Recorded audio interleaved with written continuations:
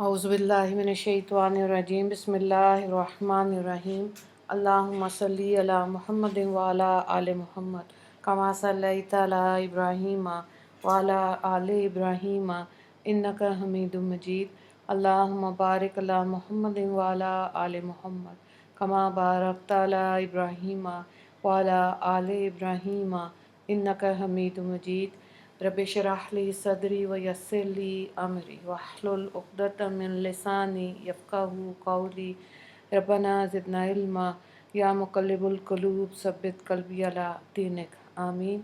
10 अनवानात के तहत इस्लामी तालीमात 13 ज़ीक़दा। अनवान नंबर 1 इस्लामी तारीख़ उमर बिन अब्दुल अज़ीज़ की खिलाफत के असरात। हज़रत उमर बिन अब्दुल अज़ीज़ ने सिर्फ 2.5 साल हुकूमत की। इस मुख्तसर से मुद्दत में सारे आलम इस्लाम का नक्शा ही बदल गया। पूरे मुल्क में खुशहाली आम हो गई और अदल इंसाफ कायम हो गया। खुशहाली का ये आलम था कि पूरे मुल्क में ज़कात कबूल करने वाला ढूंढने से भी नहीं मिलता था और माल वापस ले जाना पड़ता। अदल इंसाफ का यह आलम था कि इसके असरात इंसानों से आगे बढ़कर जानवरों तक पहुँच गए थे।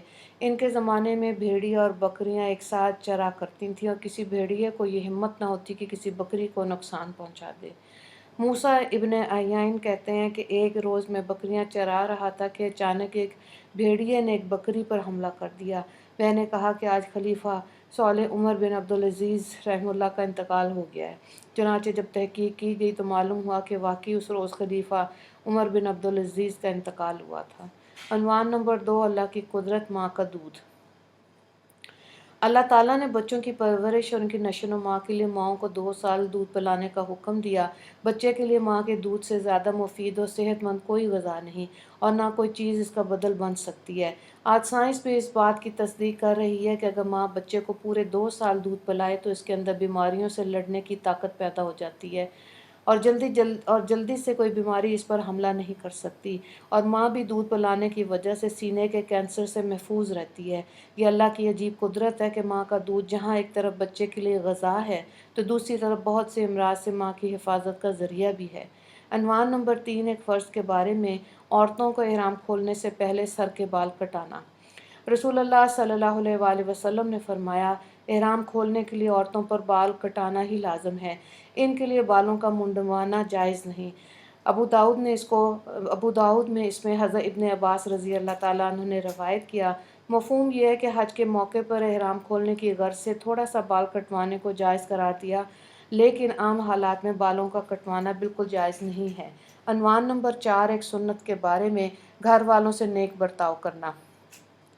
हज़रत आयशा रज़ी अल्लाह ताला अन्हा फरमाती हैं कि आप सल्लल्लाहु अलैहि वसल्लम ने ग़ज़वा के अलावा ना कभी किसी खादम को मारा, ना कभी अपने हाथ से किसी औरत को मारा।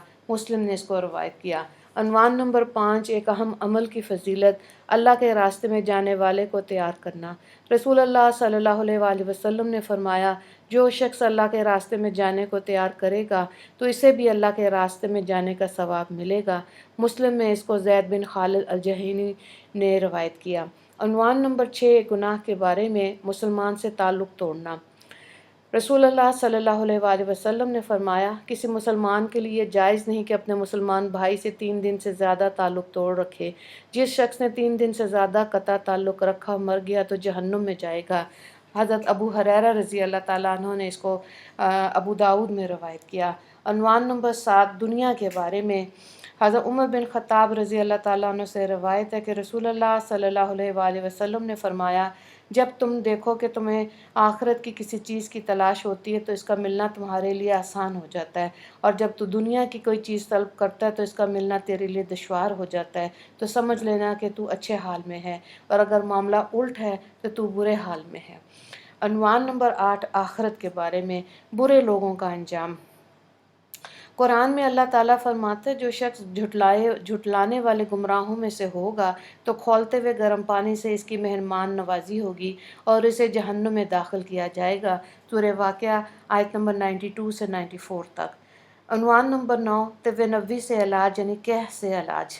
तिरमिज़ी में अबू दरदा रज़ी अल्लाह ताला अन्हु से रवायत है कि रसूलुल्लाह सल्लल्लाहु अलैहि वसल्लम ने कह यानी वॉमिट की और फिर वज़ू फरमाया।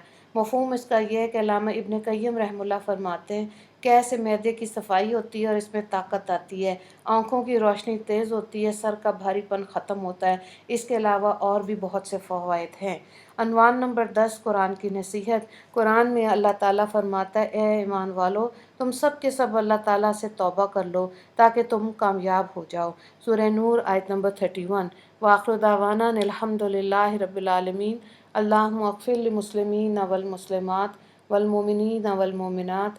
अस्सलामु अलैकुम व रहमतुल्लाहि व बरकातुहू।